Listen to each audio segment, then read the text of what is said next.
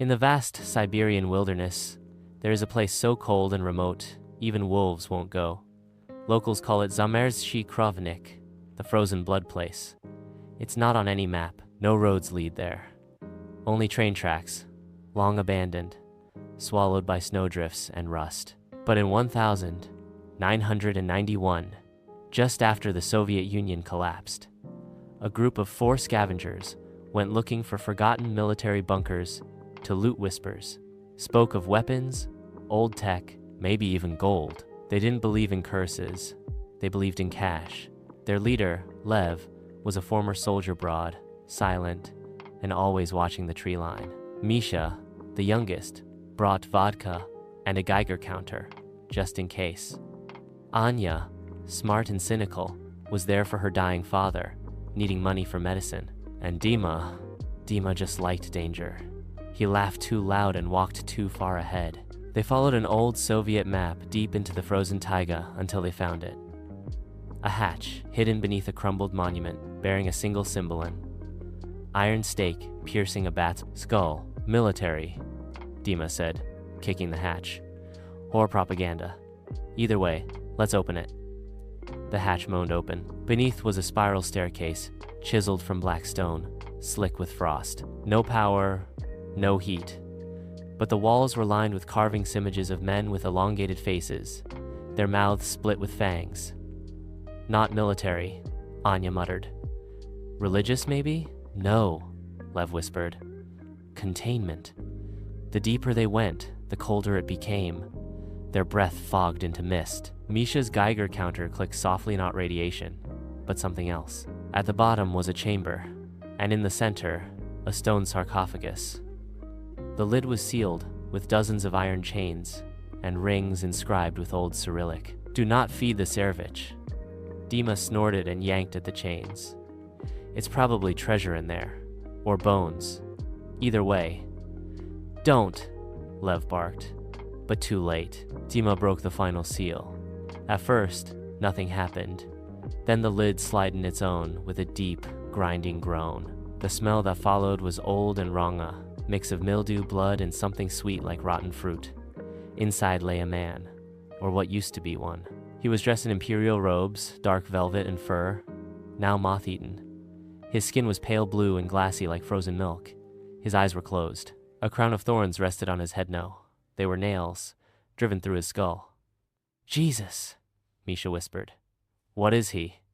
Lev stepped back. The last Tsarevich, the real one, the one they never buried. Anya's breath caught. You mean the vampire? A whisper swept through the chamber. The corpse's lips parted. You came to wake me. The air snapped to frost. The Tsarevich opened his eyes pitch black, ringed and redanned, levitated from the coffin. Nails popped from his skull like bullets. Lev pulled his pistol, but the vampire moved faster than thought. He was on Lev, jaw unhinged, fangs longer than fingers. Blood sprayed the walls as Lev's scream turned into a wet gurgle. They ran. Anya grabbed Misha by the arm, dragging him down a side corridor. Dima was already gone, sprinting back up the stairs. They heard him scream a moment later, and then silence. The vampire didn't chase like a beast. He followed, leisurely, almost amused. He's playing with us, Anya gasped. They found an old armory. Misha grabbed a silver bayonet from a rusted rifle. Silver, like the stories. Anya picked up a flare. Not enough. The lights flickered. A low hum echoed from the walls, a voice, layered and hungry. I starved for 100 years. I drank rats, ice, my own blood. But you brought me feast. Misha lunged when the vampire appeared at the doorway, slashing with the bayonet. It cut the creature's cheek and hissed like acid. The Tsarevich reeled back, grinning. Clever boy. Then he ripped out Misha's spine like it was string cheese.